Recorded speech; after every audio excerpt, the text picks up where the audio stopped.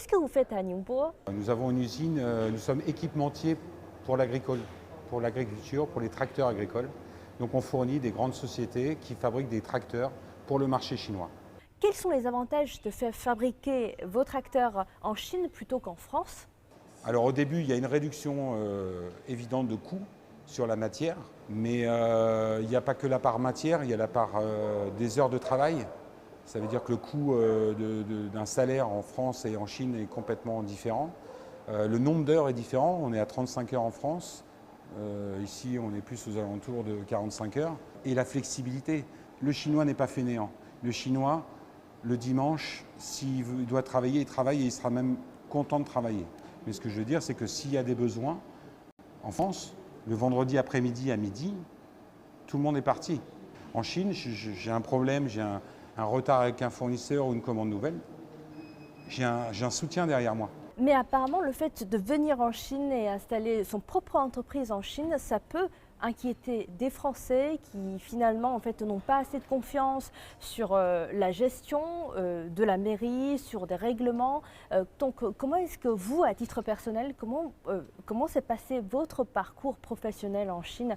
Est-ce que la Chine est un endroit pour investir? C'est vraiment un vrai problème d'interculture. Le français est très enfermé sur lui-même. Je suis parti en Chine à 40 ans. Donc ça veut dire que j'étais un vrai Français qui travaillait la journée, c'est 8 heures maximum.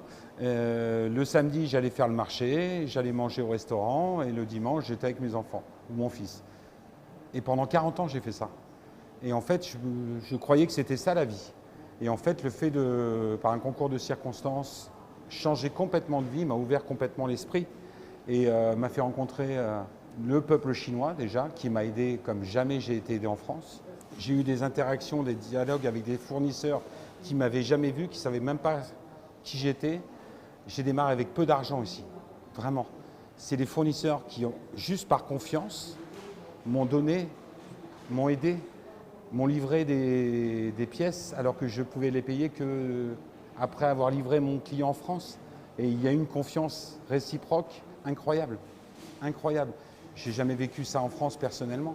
Donc je pense que pour un entrepreneur français, il faut, si vous êtes ouvert d'esprit, vous avez une idée claire de ce que vous voulez faire, vous avez de fortes probabilités que ça fonctionne.